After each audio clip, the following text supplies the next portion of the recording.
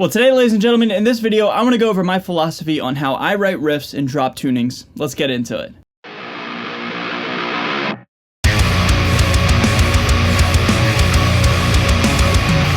So what is going on, everybody? Thank you so much for joining me for today's video. My name is Ray. I'm a guitar player here on YouTube. And yeah, something a little bit different today. Today we're going to be doing a lesson, a tutorial. For those of you who take lessons with me privately, really enjoy this type of content and this kind of lesson plan I have. I sound so official, lesson plan. But in all seriousness, you guys really, love this topic and this philosophy, so I figured I'd share it with my subscribers, you guys watching right now, all right? So this video is very subjective. It's like, how do you teach how to paint a picture? I don't know, there's a million ways to do it, right? How do you teach how to make art? So, this is just one man's approach on how to go about doing it. And I'm just going to show you the basic fundamentals and what theory, techniques, tips, and tricks I use when coming up with riffs, what are my landmarks on the fretboard, etc., okay? So this strat is currently in drop D. However, these principles and these shapes and these patterns all pertain to all drop tunings. Now, the notes will change, obviously, but the patterns and the scales and the shapes that are on the fretboard will not change no matter what, okay? So just keep that in mind. If you like drop C or whatever, you can apply all of these principles and all these philosophies to drop C, okay? I'm just in drop D just because, right? So this lesson's gonna go by pretty quick, I think, and it's pretty easy to comprehend in my opinion. I don't really use too much theory or too much, just thinking when writing a riff. It's just rock and roll, dude. At the end of the day, it's just, if it sounds good, it is good. So I use two tools, minor scales and major scales. Now, metal players and hard rock players, whatever you want to call us, we'll call us metal players today, we genuinely drop tune to a tuning because we like the sound of the open note. Like, why else do we tune to drop B? Well, we probably like the drop B sound. Same with drop D. Why do we tune down to drop D? Probably because we like this.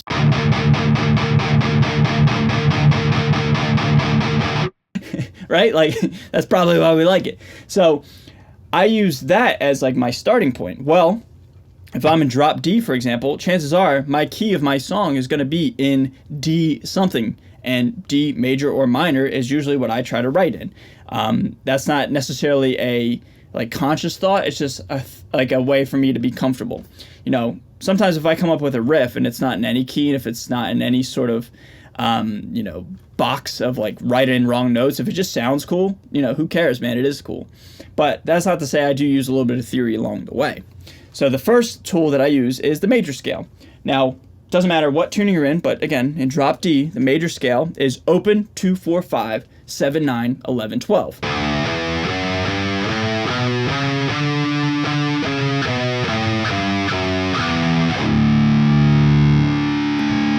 That's the major scale. Now, the general rule of thumb is major happy, minor sad. I don't really necessarily agree with that. I think of major as epic, minor as heavy. They're all subjective descriptions, right? But I use major scales and the major scale formula in drop tunings all the time. For example, my song, it's called Fission. Basically, it's the background track of all my videos, dude. It's literally just in D major. The notes of D major are D, E, F sharp, G, A, B, C sharp, and D. Again, following that scale that I just played on the open D string. In that riff, the whole song is literally pretty much in D major. So the main riff is just...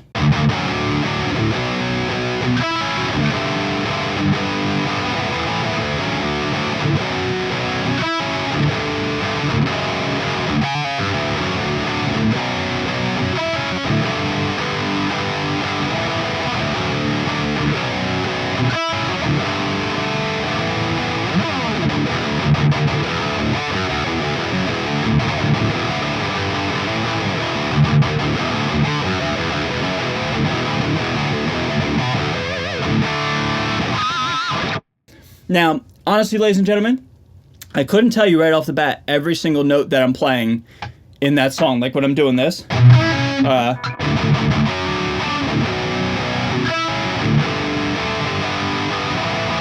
See how I'm playing lead with my pinky kind of? It's kind of just like a little thing that I kind of came up with being a, one guitar player guy all the time. I play lead with my pinky and ring. But notice my pointer finger, for example, is literally just following the notes of the major scale. It's going open, 9, 5, 7, 2, 4, and 5. All over the place. But it's not going anywhere other than the notes of the major scale, where my pointer finger, my bar finger, is holding down the rhythm while my pinky and ring are playing lead. And that's just kind of a technique that I came up with. But for the sake of this tutorial, that riff, I'm going to play it again. Just watch my pointer finger. It's playing all the notes of the major scale. Again, the major scale frets, open 2, 4, 5, 7, 9, 11, 12. Okay? So I'll play it one more time, and hopefully I played as cleanly as I did the first time.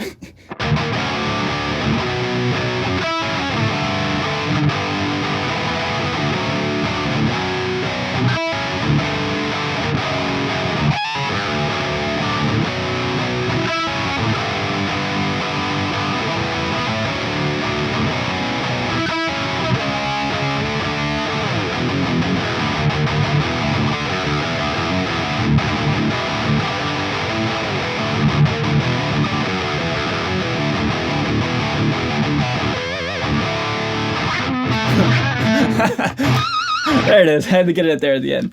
But again, notice my pointer finger is literally just dancing around the major scale. And that's all I'm thinking. That's all I thought when I wrote that song 2.5 years ago. It's just like, hey, make something epic sounding out of the major scale. Flip that now. Talk about the minor scale. I don't really write too much in minor. Just this is not how my brain's hardwired. But the minor scale is open 2, 3, 5, 7, 8, 10, 12. Open 2, 3, 5, 7, 8, 10, 12.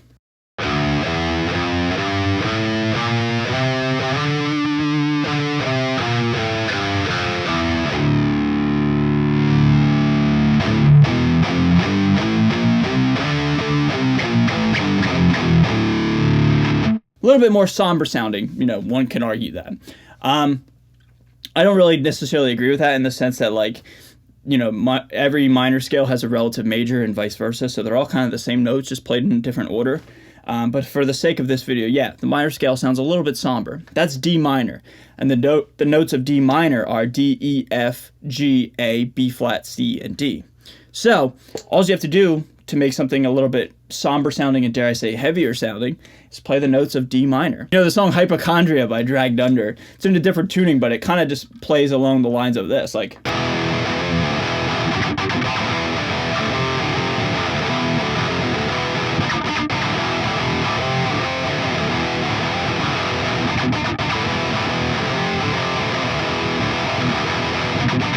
Or, you know, there's a little bit of refuse in there as well, new noise. But basically, they're just playing open 2 and 3.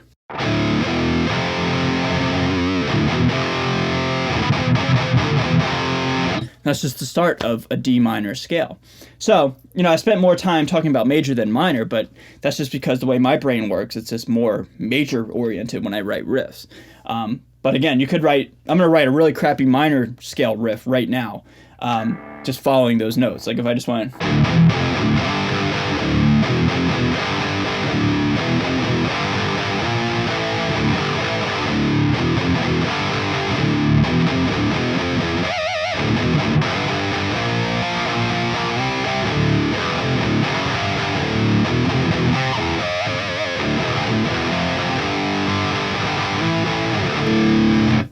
I just made that up on the spot. I can't believe it came out that good. But anyway, all I'm doing is just making a conscious effort to follow the low notes of the minor scale. Now, I haven't even really talked about the other 5 strings, and that's because, again, this is rock and roll, dude.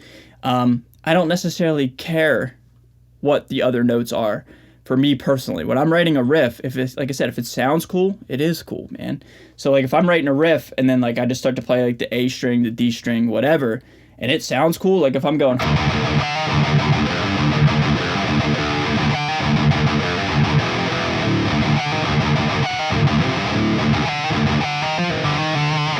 I have no idea what those notes are off the top of my head without actively sitting down. Like, what am I trying to say here? Now, I literally know the notes are, like, for example, D, D sharp, this is an E, and then this is an F. But, for example, like, for the sake of, like, when I'm actively coming up with something on the spot, I'm not thinking that. I'm just playing, dude. You know, it doesn't have to be rocket science. We don't have to kill ourselves trying to, like, think of, you know, what the notes are and if they fit in the key. If it sounds cool, it is cool, man. I just use the lower strings, again, as a baseline, as a way for me to follow some sort of pattern. That way I'm not just, like, aimlessly around the fretboard. You know what I mean? And those are just basically the 2 tools I use when writing riffs and drop tunings. And that, ladies and gentlemen, is how I go about writing riffs. And it doesn't matter if I'm in drop F or drop D or anywhere in between, dude. I literally just use those two scales as a guideline. And sometimes like I'm messing around, and then it's okay to just go with the old classic.